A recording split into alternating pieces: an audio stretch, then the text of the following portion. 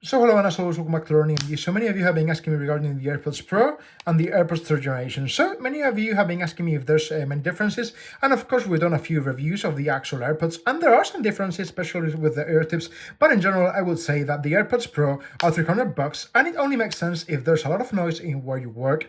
If you want the wireless charging, let's say you've got the medical charging that's wireless, then I would reckon that it's really necessary. Other than that, the AirPods third generation, you've got 6 hours of hearing music too. You haven't got cancellation noise system, but they are pretty much awesome. They are very comfy, very easy to use, and I would say that you can buy 2 actual AirPods third generation for the price of 1 AirPod Pro. Now, does it charge wirelessly? No, it doesn't, but I think that they are also spectacular, very easy to use. They haven't got all the control systems here on the side. It doesn't really matter if you're at home and you just want to hear some music just to chill out or see a video.